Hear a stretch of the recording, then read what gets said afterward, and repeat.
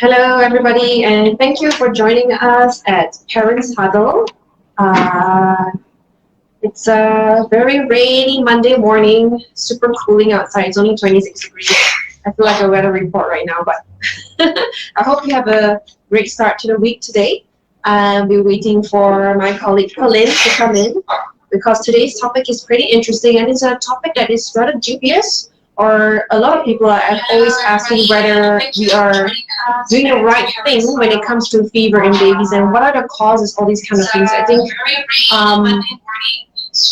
think it's really difficult, especially as a first-time parent. Sometimes we tend to panic a little bit more. Or we've all been there as moms. Like first time is always everything is new, right? So today there are some things that we're going to address with basically what is considered a fever, what could be the causes of some fevers, and what we would do.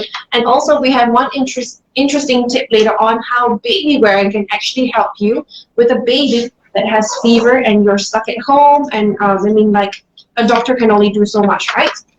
So here is, ta-da, here's Colin. Hello, I hope everybody had your lunch today. It's been a very wet day. So welcome here. Thank you for joining us. And please help us like and share about Parents Huddle. And I don't know where you guys stay. Anybody stay around where we are, which is around Bishan area, more to the central side. It's been pouring very badly just now. So not so easy to get around to get lunch and stuff like that settled. Yeah. So today we're going to talk about a very interesting topic. Yeah. I got them. But particularly because this week we're talking more about younger babies from 0 months and up to about 6 months-ish or so.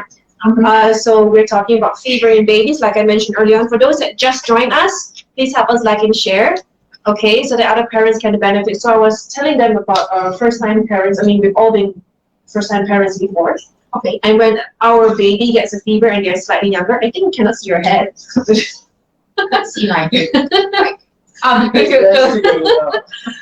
So I was saying that we tend to. I don't have a fever. We get ourselves checked. But I didn't want her head to be cut off either. So, but anyway, we are going to talk about fever in babies today. I think this is particularly important because more so even for first-time parents, because we tend to probably as a first-time parent tend to over-worry, overthink things, you know. Yeah. So usually, it's 37 point. Just a disclaimer before we start off the show, both of us are not medical professionals. We are just sharing more from the experience of parents as well as us, okay? So parents as in people around us as well as clients who have come here and then share with us how they dealt with fevers and so on and so forth. So we've done a bit of research, and as Michelle just now rightfully mentioned, if you're a first-time parent, I think what you're most fearful of when your child is really young is actually fever, because there are many reasons why actually a child has fever, and how actually do you determine whether a child has fever? So what's a fever? What causes a fever? Okay, so basically from the research that we did, and also from the many babies that we are seeing and our own kids, like in their nature, babies tend to have a higher basal body temperature. What do we mean by basal body temperature? Like, for example, we adults tend to be a little bit cooler in general. Like, we're like really around 37, or I'm way below. Like, I'm just cold-blooded baby. 36 point. I'm always like 36. Oh, that's okay. Yeah. like 10 degrees. But then kids, right? And like kids usually tend to be around 37 or a little bit higher than that. And then here is the question: where is the boundary? Where is it where we call it actually fever? Actually, it's very interesting. Why is it more apt now? Because without understanding that they actually have a higher basal temperature, then a lot of places, because with the COVID situation, a lot of places are measuring temperatures. And I mean, I still have young kids at home, so basically when you get anywhere, they measure the temperature and they say, oh, the child has a fever. But it's like 37.4. Is it normal? Actually, it's not just the basal temperature that is supposed to be higher, but sometimes like a child goes out is in the sun for a while and they just got somewhere, they are frantic, they are late, their temperatures do tend to be high, but it's not just for kids, for adults as well. So yeah. Moreover, now we're wearing masks, so we tend to like, have the heat and the breathing and everything. Yeah, so it tends to be a bit warmer. So having an understanding of what a fever really is really will help us also in understanding other people's temperatures when they are visiting, and also for you to explain if let's say someone says your child temperature is so high, then should you be worried? Since today we are focusing on younger kids, what then is temperature that we would consider? Okay, we did a little bit of research because like we disclaimed just now, we are not medical experts. However, we did a little research on kidshealth.org, which is a compilation of medical research that they have done and from credible doctors as well. Do not link teething fever to actual teething, because teething fever doesn't actually reach that temperature, but they say officially if a child has a temperature that's higher than 37.8, anything beyond that, then that will be considered an actual fever. Okay, I mean, the other thing you might want to take note of is that thermometers actually will vary, and not everything is 100% accurate, because who then is to say that this thermometer is more accurate than the other? So we have to plus minus a little bit. That's why in most cases, anything that's below 38 degrees, we normally would not consider it a fever. In fact, according to the Mayo Clinic, anything like what Michelle says, anything that's 37.8, we shouldn't even consider. But to be safe, we would want to say maybe plus and minus, give the thermometer a little bit of benefit of the doubt. We go for 38 degrees. That's why even on our premises, when we do our checks for people entering our premises, our cutoff is actually 38 degrees. Why? Sometimes it's also to cater for adults, it's to cater for you being out. When you come here, naturally your temperature is higher, because I've measured like a lot of parents, they come here, they are late for their appointments, they run, and then they come here, it's like 37.5. Normally we say, it's a bit on the high side. Then a lot of times, a lot of our parents will tell us, it's very hot outside and just hot here and here. So it's very, it's very, very consistent. So in this for the case of the young children, anything that's below 38 degrees, actually from 37.5 to about 38 is actually considered low grade fever, and typically you shouldn't be at all worried. In fact, I wouldn't quite consider it as fever. It would just be because they are just under the weather, a little bit too hot outside, or you've been baby wearing, for example. Sometimes when you're baby wearing, the both of you have heat traps, so your temperatures may actually turn out to be a bit higher. It fluctuates. And to be honest, over the weekend, I just I took my child out to a supermarket, and then we went up to the garden for just maybe 5 minutes out in the sun. Then we forgot something. We went back to the supermarket. We tested our temperatures again. It was like about 0.4 degrees difference for most of us. So you can see just a couple of minutes out in the sun, so much difference. So I think it's quite logical to say that we study at 38. Yeah, for kids, it's actually quite natural. Yeah, Michelle. So a bit more of technicalities for you guys out there. What is a fever? Fever happens when the so-called internal body thermostat, it goes a little haywire because probably your body is trying to fight off something. So they raise the body temperature to actually fight all the so-called bad germs or the bad guys inside your body. It's how the body protects itself. So, and I'll not go into the brain and everything, what's controlling it. So basically what is happening is that the body is trying to fight and reset your body for fighting and then recovering. That's why the fever comes about. All right. So for in children and babies, like I think Pauline already highlighted many factors that could raise the body temperature besides just a fever. But some other things also what can cause fever is that there are infections, obviously, like I mentioned, fighting bad germs in the body. overdressing an infant is actually a thing. Yeah. Because we don't want to older Tradition. folks, tradition. They're like, oh, you must cover the baby in mittens and socks and long johns and what the whole. But it's Singapore, like. Unless you're in a super cold aircon room, then I will not argue so much. It's interesting. I think it's not tradition, but really the culture. Actually, the culture, because one of my friends visited when the child, she's Australian, she visited Singapore, and then her kid wasn't below 1 year old, wasn't wearing any shirts. All the kid was wearing was a disposable diaper then, and then we're like okay, but it wasn't like, I mean, it was something new to me, but I wasn't like entirely concerned that the child would catch a cold because it was really hot then. But she was telling me, it's so weird, why is it's so hot in Singapore? And she was on the MRT, and a lot of people are staring at her like she's going to harm her kid. It was pretty cool. It was quite cool where they came from. It's not entirely cold, but she said it's really hot, and you're not going to catch a cold by dressing a little bit less lah. So Michelle is right. In Singapore, you realize that probably Asia, but most people will always say, don't let the child catch a cold.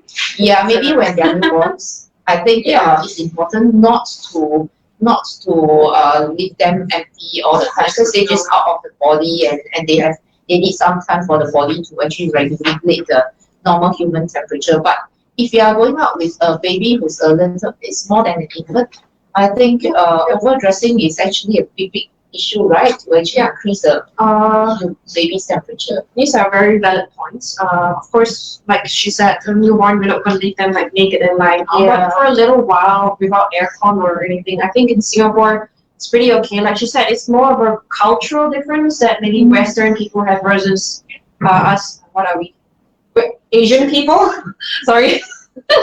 We are Asian people. So what kind of people? Weird people. So the cultural differences, they're like, I'm not originally she didn't grow up in Singapore, so I found it a little weird. Like kids back in Europe, like if it's like 18 degrees, people are like, oh come, let's like undress, woohoo, pool party. 18 degrees, you know?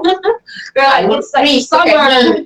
So but I think how do you call it, like biologically or medically, our basic knowledge, we should know that our children are not as equipped as us adults, especially babies, to actually regulate their own body temperatures. So when we already have a very warm environment, don't go and overdress them, because when they have a fever, that will may aggravate the fever some more. That's what we researched. Yeah. So for anyone, not just babies, I think it's important to dress right. And also, like Michelle mentioned, I think what she meant was that our bodies have a feedback mechanism. So if we allow the environment to actually help our body learn, we actually assimilate to the environment that we live in. So for people who stay in Europe or very cold countries, they tend to develop this they're very afraid of being hot, like maybe at a very low temperature of, say, like what she said, 18 degrees. Some people at 15 degrees say, wow, it's very hot. They take off everything. Interestingly, I was in Melbourne like 2 years back, and we were like kind of like really cold. It felt cold to us. It was like maybe about 12 degrees, I can't remember. And we were like, oh, very cold. We were all dressed, and like it's winter. But we saw this guy with just his shorts, singlet, very fit type, walking around. I think it's because the body has gotten used to. There's a word for it, but I forgot what it is. Yeah, climate adaptations. Yeah, so for babies, it's the same thing. While they shouldn't be overcooked, we should actually allow the body to take in the natural environment. Yes. Your body actually has a feedback mechanism. So what happens if you overdress them sometimes? If you overdress them, it might cause a higher temperature, which some people wrongly think is fever. It is really not. And in the end, you end up worrying for nothing. I think well. All right, and then one more thing that would cause a fever, of course, obviously, would be immunizations. Yeah, because they're injecting, what do you call it, the so-called weakened form of the... Yeah, not a live, live the disease or illness. Virus, yeah. Yeah. Okay, I'm not sure what the term is, but anyway, that your body will try a virus to... strain, a weaker strain of the virus. So a vaccine typically means that the strain of the virus is actually weakened. The purpose is actually to introduce your body to a weakened version, so that your body can actually develop antibodies against it. And as a result, this is the most common form, I would say, of what you consider fever in young children. Maybe have something to We do, but no comments. Yeah. If you have any comments, please comment on our feed, and then we can address it. So any questions or anything, just shoot it to us. We're not quite there yet. So anyway, I think... So we mentioned overdressing as being one of the reason for... It's not the cause of fever, it really isn't. So we are sharing some tips with you. What are the things that you should look out for? What is considered a fever, and how to identify one? Yeah, Michelle has talked about overdressing, and then which is not fever. Then after that, she also talked about what was it? Vaccine. Yes. Oh yeah, that's the easier word for it. Immunizations. Okay. So there's a question. Is it okay to use cooling forehead patches on babies below 1 month? Okay, let's... Are you done with your raised temperatures? And we are done with raised temperatures. So we will answer your question in a moment, Gage. So there are some more other things, because as parents with younger babies, newborns, 0 to 6 months especially, we tend to panic a little bit more, because we feel, I mean, of course, they're a little bit more fragile. They need more care and attention, of course. But there are some things you can look out for to not totally over panic at home. That's why we say keep calm and fight the fever with us today. You know, there are some things that you can look out for even with a younger baby, 0 to 6 months old. Like for example, maybe not so much the playing, but younger babies tend to like coo and try to babble and interact with you, move around.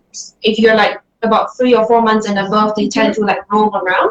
Yeah. But if you find they're super lethargic, that means they don't want to move, they just don't make any sound, they just like cry, are just miserable, you will know that then it's more serious. And then you would know, okay, this fever may be something else which I cannot handle at home. But if they're still like, if let's say they're still just babbling and cooing, they're still drinking their milk well, they're alert, you know, and of course, normal skin color, if you have like a bluish or purplish tint, means they may have lack of oxygen that comes with the illness that they're having and the fever. Then of course you have to go see a doctor. But if let's say they're still very active, basically, and feeding well, then usually we would say just stay home, let the baby rest, and it will go over, because our bodies are miracles like that. Like we have a fighting mechanism. And even in babies, they can like, their body will fight back whatever they're trying to fight with that fever that they have. So don't panic. Yeah.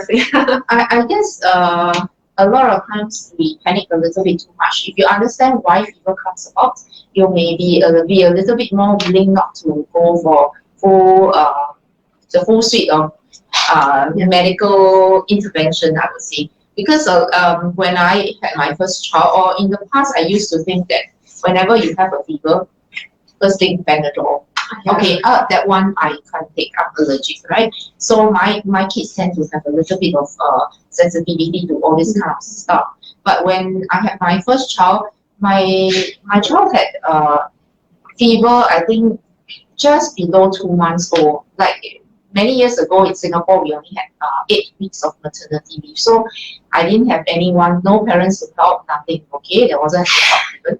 So I had to send my child to the infant care, and that time infant care was really new, a really new concept. It was in a hospital then, but then when you are in a hospital, it means that it's all air conditioned, right? And it's in a very small place. The babies are actually placed side by side in it's in those kind of plastic basket that you see in the hospital, something like that. That's that kind of like a bed for them. And within a week, my daughter then already caught fever, and she was below 2 months, and being a very worried mom, first time mom, right? First thing, go and see pediatrician. What happened now? Like only a few days, and then like, I think probably caught a bug. But the truth is, for kids that age, you will realize that, just to let you know, don't waste your money.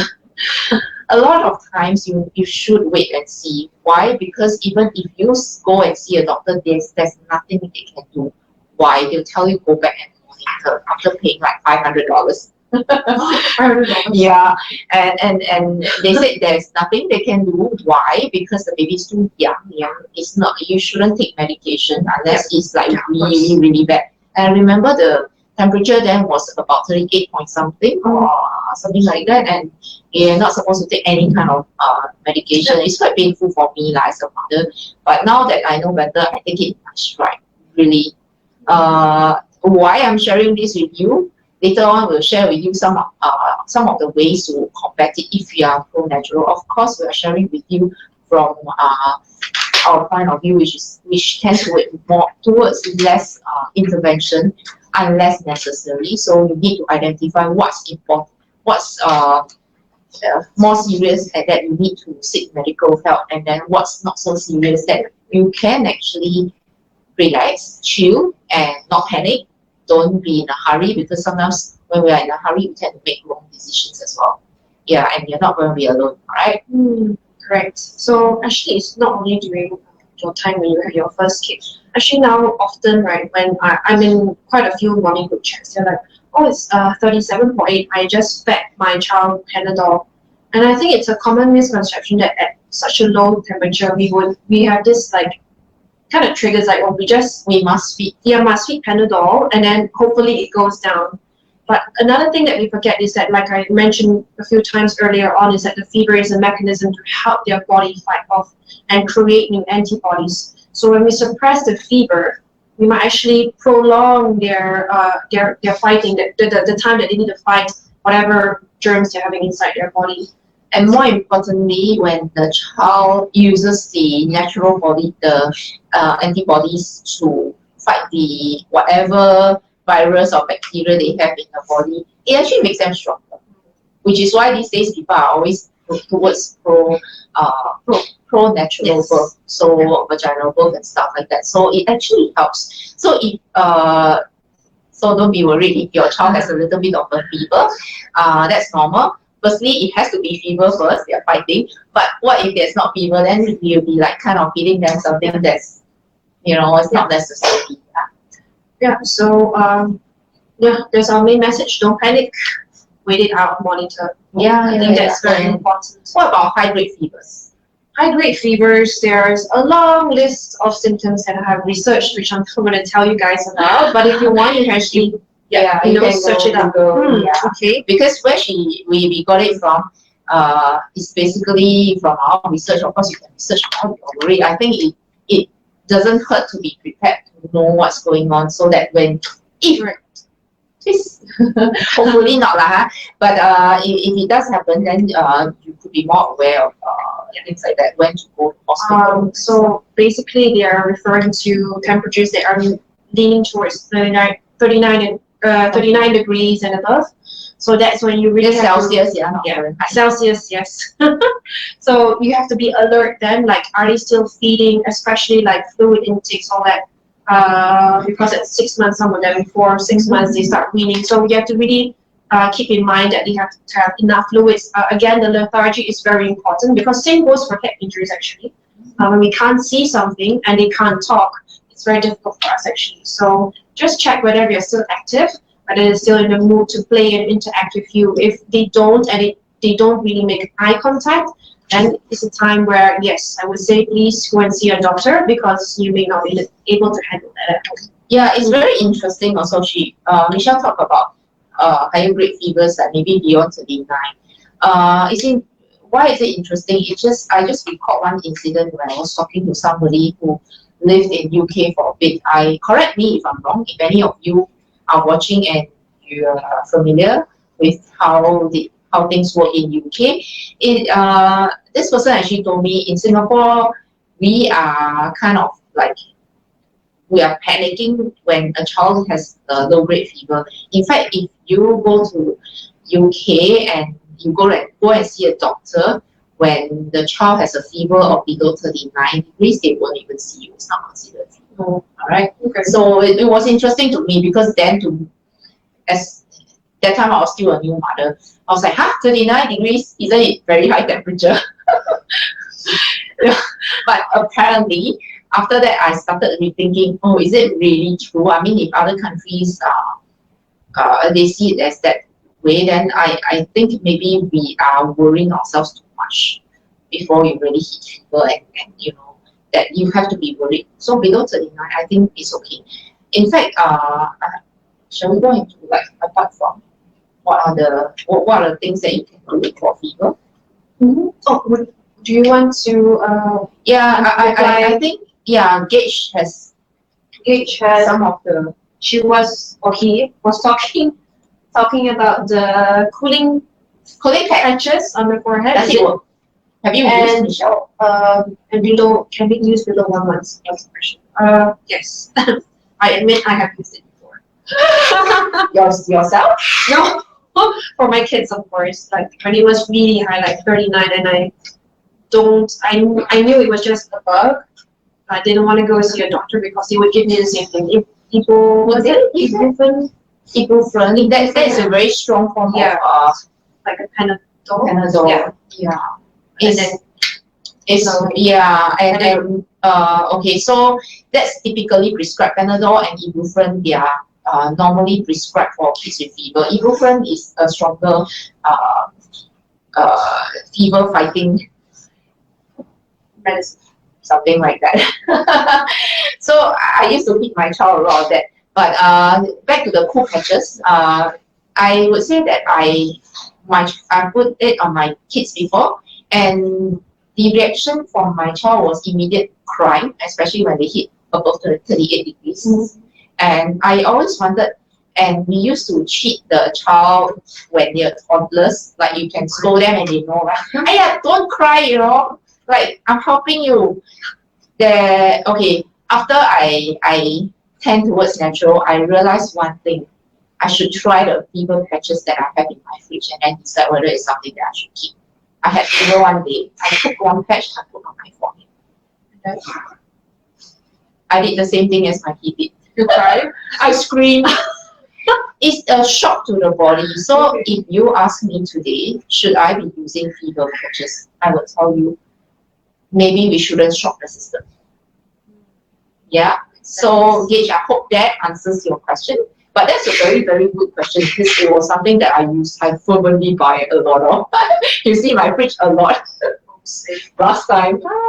I'm sorry, yeah, guys. But one of the ways that you can, for a young child who is unable to take any medication, or even if they take and you don't really want to introduce too much chemicals or drugs in their body. What I found with my third child is, of course, chill and then chill really. So my child had very high fever at about 39, almost 40 degrees. And the first thing I did, I was at work. And you all know where I work, right? Baby slings and carriers, right? So what's the first thing I do? It's already close to 40 and showroom was packed, but I had to go, so I was preparing to go back. But in the meantime, what could I have done? It was a weekend. So the first thing I did was to put on a wrap and throw my baby in. So if you think about it, it actually is like the cool patch, but it actually puts the baby against your body. And of course, at the showroom, I can't address her and I address myself. So it did bring down the fever a little. But when I reached home, the first thing I did was to actually took off all the infant's clothes, of course, excluding the diaper. Diaper still stays on, I'm scared. So anyway, so I took off my clothes and I wrapped the child on me. So it's skin to skin. With that kind of skin to skin, within 5 minutes, the temperature went down to 37 point something. It was really a miracle. 5 minutes only. And I carried my child throughout. After that, it take maybe 37 plus to 38, that's all. And from then on, I know that this is something that works. And subsequently, until today, I'm glad to say that my child hasn't really taken any drugs. She's already 6, almost 7 years old. She's never taken any medication before. Because whenever she has a fever, I use what Michelle said earlier, let the body fight it out. And she usually recovers much, much faster. In the past, when I had 2 older kids, I used to go and see a doctor very often. Ibuprofen and Panadols were my best friend. Okay, I buy lots of it, big bottle, okay? And I realized that the older kids then used to get sick a lot more often. They kind of get sick every few weeks. For my youngest, I hope it's not just because of that. But the key thing is that allowing the body to fight through a fever naturally actually seems to have strengthened her body as well. She doesn't easily catch anything, and if she does, she tends to be able to recover very, very quickly. And I think that's what works for us, and I'm going to keep it like that unless the fever hits maybe closer to 40 degrees or above, or there's a injury or likelihood of injury. If not, I think I'm just going to stay the course. Yeah. Okay, that's I wish I knew that in my early years. I wish to. I did everything that was I thought worked. Now that I think back, I think it's wrong. But well, everybody has their own views, and of course, I mean, we're just sharing what we have experienced and what people around us has experienced. And of course, we've also done a little bit of research into kangaroo care. We won't share a lot with you because it's not relevant to the topic that we're doing today. But if you search kangaroo care, you can easily understand why, because mother's body temperature actually reacts to the baby's body temperature. That's why kangaroo care works, and for that reason, that could have worked for a child with fever and might work with a younger infant who is not able to take any medication as well. So I encourage you to maybe just Google for that and see if it helps you. So you want to see how a wrap works? Yeah, of course.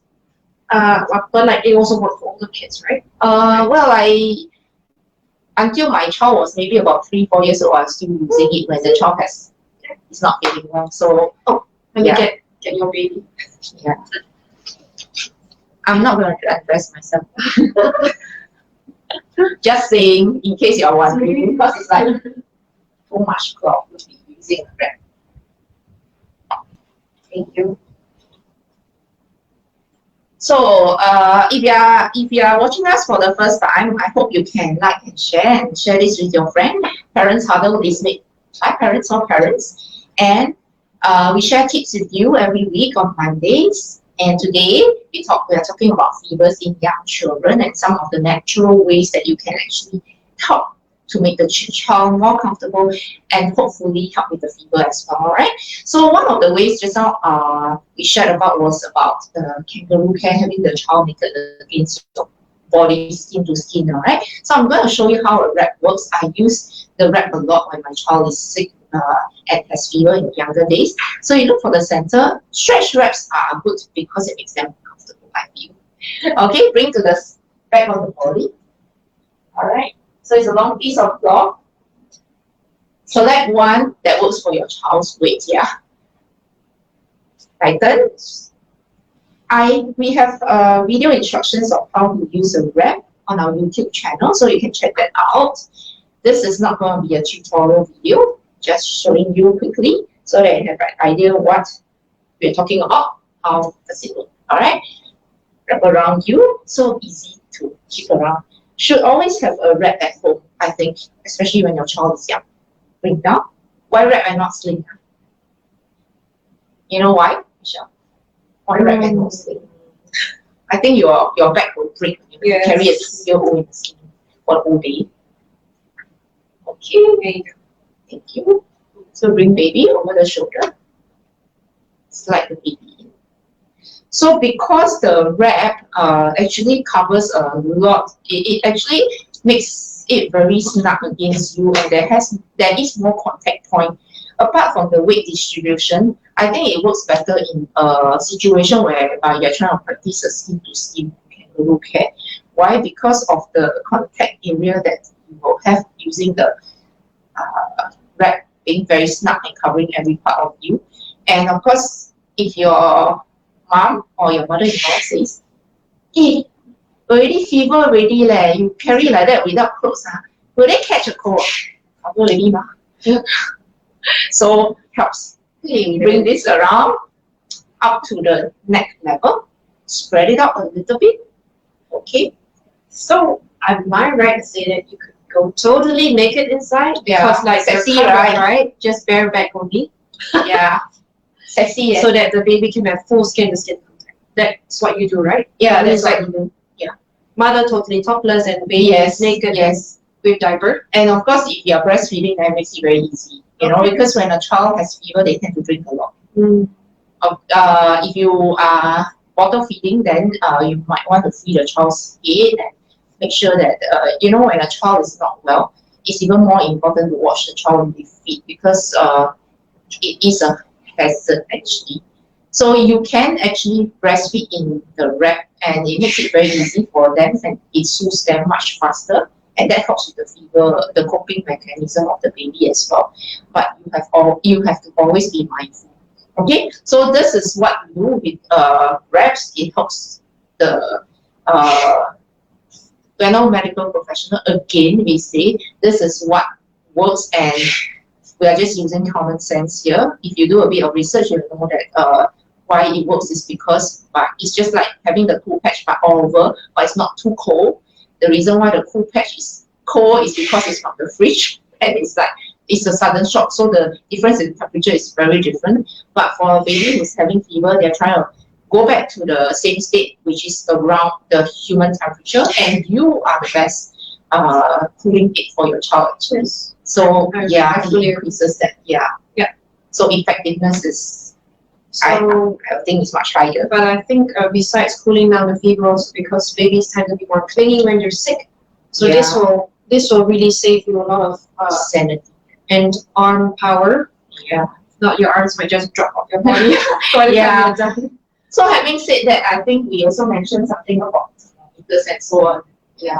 So you really need something that's more accurate if possible, and I think Donnie would have something to share with us. Donnie will be our safety specialist. Will be giving you tips on what to look out for when having thermometers, and also I think something about room temperatures. So there are more elements to when you want to make your baby comfortable when they're having a fever, and so that you can monitor them closely as well. Yeah. So we're just waiting for Donnie to stream in. She's blurry. I think she didn't have enough sleep, and plus the weather is quite good today, Yeah, it's quite. Yeah. I mean, it's quite cool, if you have a wrap like this. Even if your child is not having a fever, I encourage you to get one. Most comfortable is actually Boba or the JPM. Yeah, Love Radius. Is that Donnie? Yeah. No, hi Donnie. I'm happy. Okay. Hi. Hello everyone. Me again. Okay, so I'm going to ask to share with you some of the thermometers that we have at remedies and safety that could actually help you if, say, the baby or the child starts to have fever. I think having a thermometer at hand is really, really useful. We have a pretty big range. There is some of this which are more traditional. These are the traditional thermometers. Our thermometers are all mercury free. So these days, I think if you want to choose a thermometer, it's important for you to go for a mercury free version. So most of these actually have flexi tip also, because if you're dealing with a small child, a thermometer that has flexi tip, mercury free is usually very useful, because if not, sometimes if they struggle and stuff, you can actually get hurt. These thermometers are actually useful for mouth, auntie. For the younger child, some people find that it would still be more accurate to actually go for the anus. So this is suitable for that. Depending on what you prefer, I personally find that for those with sensitive skin particularly, There's actually even one with gold tip. This has a gold tip. So with something with a gold tip actually is suitable for those with extra sensitive skin. Um, and for those with a very fidgety child, you want to go for something that can take temperature as fast as possible. So this is the probably one of the fastest, 10 seconds for a normal type of thermometer. And if you are like me, which is like, sometimes you're like, you wake up in the night, you want to take temperature of the child, and you're like, find it too difficult to do that. Something like this, the contactless, would actually be very, very useful. Because the contactless thermometer wise, they use infrared to detect. In terms of accuracy wise, well, they may compromise slightly different, and you have to be a little bit more precise in where you measure. But typically, the forehead, the temple, behind the neck, these are areas that you can actually take the temperature. And sometimes they can even take this one. The skin tab allows you with a attachment to measure those in the ear. They are relatively accurate, and these are 1 second measurement, meaning that once the thermometer warms up, you click in one click and you have the temperature. So that makes it very easy. And the one with the backlighting allows you to do it in the dark. So this makes it very useful for you.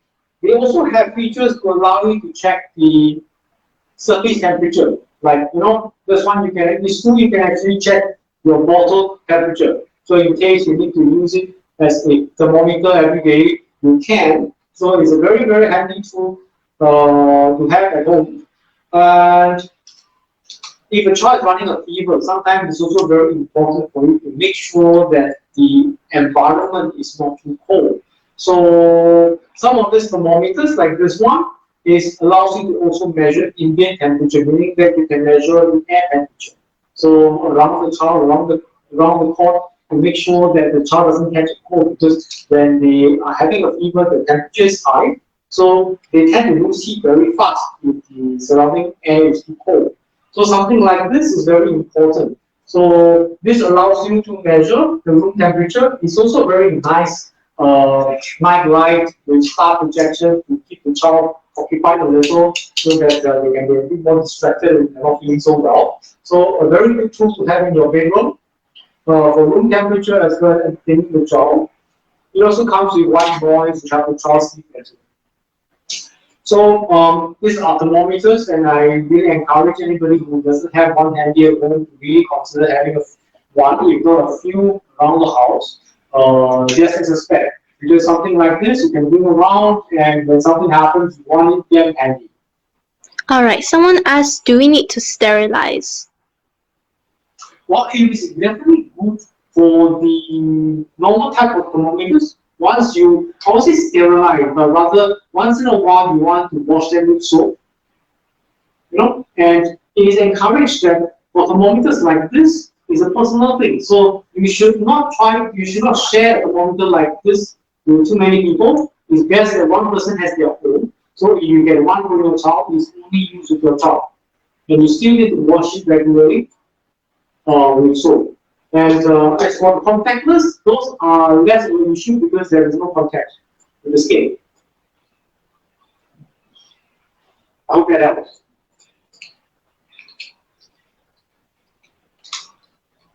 Any other questions?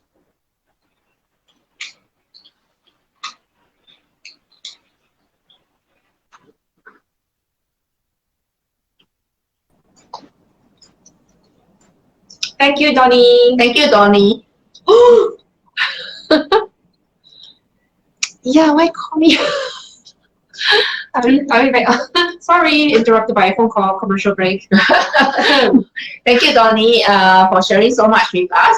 Well, we certainly didn't know that different thermometers have different response time. So if we are not aware, you might want to know that thermometers, some take a while to respond. So sorry. So some take a while to respond. So some takes 1 second to measure the temperature, and some take like 30 seconds, he said, something like that, So don't be too quick to pull it out. I mean, if yours is takes a while. BabygatesandSafety.com. Okay, See you next week. Yeah. Take See you. care. Bye-bye. Bye bye.